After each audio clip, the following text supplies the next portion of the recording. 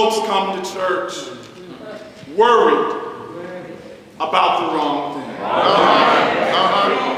But this evening, we're going to talk about a preacher who was worried about the wrong thing. Go ahead. The story of Jonah is a universal story. It's one of the most exciting biblical stories because something supernatural happens to Jonah.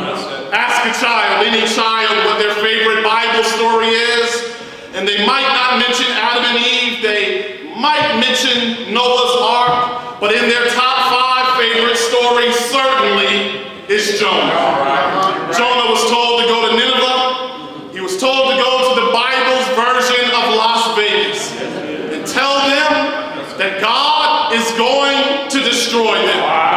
Tell them God is going to burn them down. God was going to rain on their heads. Jonah was told to go there and preach to them, and the sermon that Jonah was told to preach, quite simply, God says, I'm sick of you. I'm sick of your ways. I'm sick of your attitude. I'm sick of your actions. I'm sick of your words. And I'm sick of your deeds. And the message that Jonah was sent to preach was that God had decided to spit them out of his mouth. Jonah was given a direct order from God, and Jonah refused. Go ahead. I want to tell you now that Jonah did not refuse because he was not a good preacher. Jonah did not refuse because he was not faithful. Jonah did not refuse because he did not think he could get God's message across. In fact, Jonah did not refuse to go, not because he did not know God, but Jonah refused because he knew God too well. Jonah knew, and Jonah understood that as soon as he stood up and said, God is going to destroy you, as soon as he sent and preached a message of destruction, Jonah knew that the folk in Nineveh were going to clean their acts up, and when they had got themselves together, Jonah knew that God was going to change his mind. Jonah didn't have a problem with God changing his mind, but Jonah had a problem with the original message God gave him. Jonah was worried that he would be looked at as a false prophet. Jonah was afraid because of the ground rules of being a prophet. The foundational rules of being a prophet say, if what the prophet says is going to happen, if it happens, they're a true prophet. It also states, if what the prophet says is going to happen doesn't happen, they're a false prophet. And Jonah was worried about being seen as a false prophet. Jonah was worried about being seen as a charlatan and a jackleg. He was worried about being looked at as a hustler and a liar. Jonah, sisters and brothers, was worried about the wrong thing. He was upset that the people would not trust him anymore. He was worried that the folks wouldn't want to hear him preach anymore. He was worried that he would be shamed out of the city and run out of the church. So the problem of the text here becomes Jonah's memory. Apparently, it slipped Jonah's mind that the same God that he was preaching about could change the mind, the same God who could change his mind about destroying Nineveh could also change the way that the people of Nineveh thought about Jonah. Jonah forgot that the God whose name he carried could build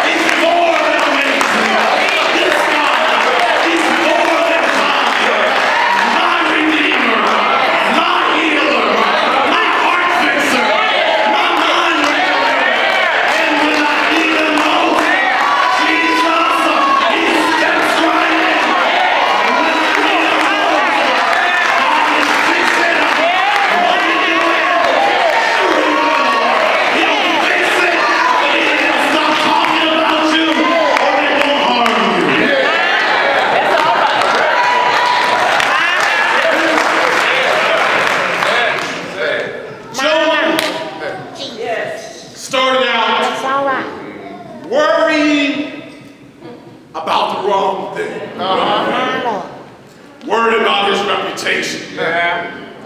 Worried about saving face. Worried about his career. He was so worried that for a moment he forgot who he was preaching about.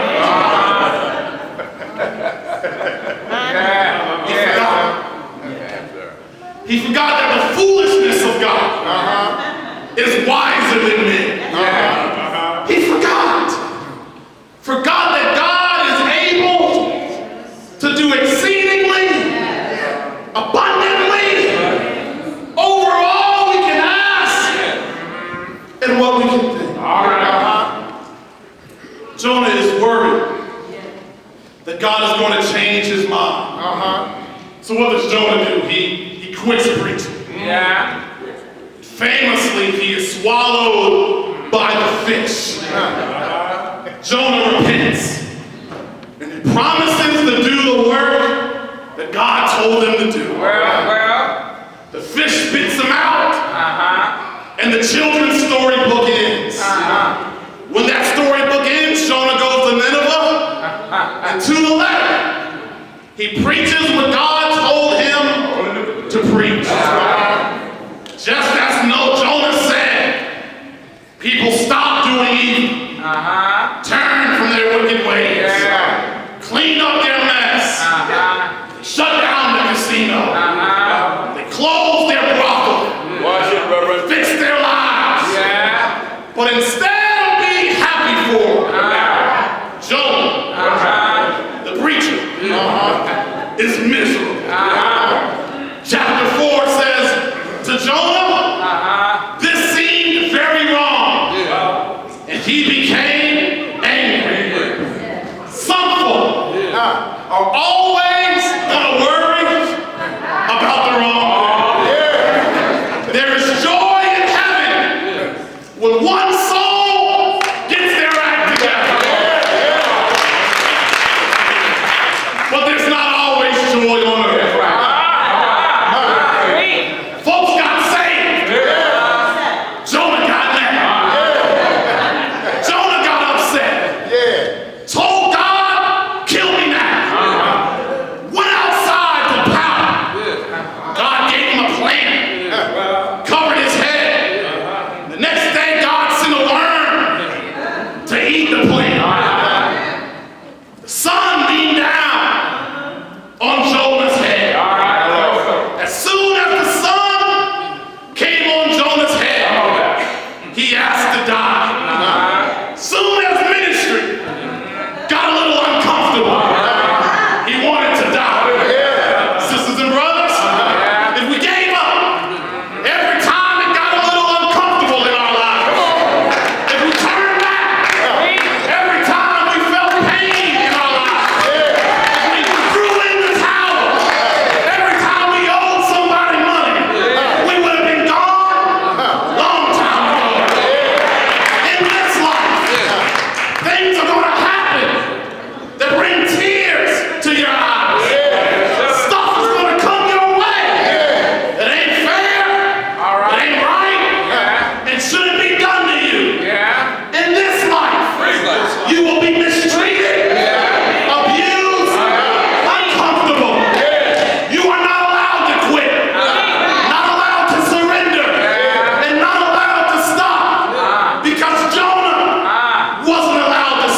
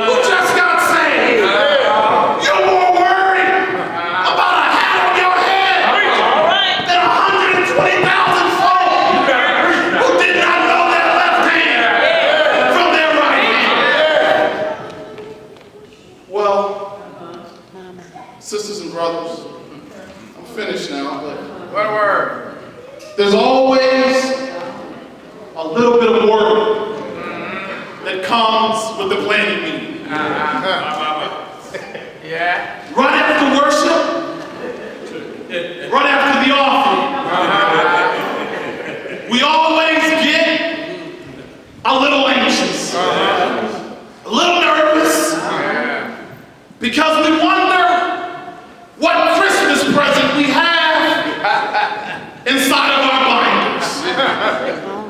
And we wonder how it is that we can grow tall enough to meet the responsibility assigned our hands. Most of us get a little nervous. It happens every year. And I don't want us to start this year worrying about the wrong thing. So I'm going to tell you a little story, and then I'm going to sit down. September of 2011, a group of folk were tired with the way things were on Wall Street. They were tired of the corporate influence on the economy. They were tired of rich folk getting richer, and tired of poor folks getting poor. They were tired of the folks who were the last hired, but the first to be fired. And they decided to do something about it. They decided to occupy Wall Street. They moved in and they protested back and forth. They decided that they would stay right there till things got better. They said, I'm going to stay there until my voice has been heard. I'm going to stay there until I get what I came for. Sisters, brothers, this evening, I just wonder what would happen if the Greenville district of the Piedmont Annual Conference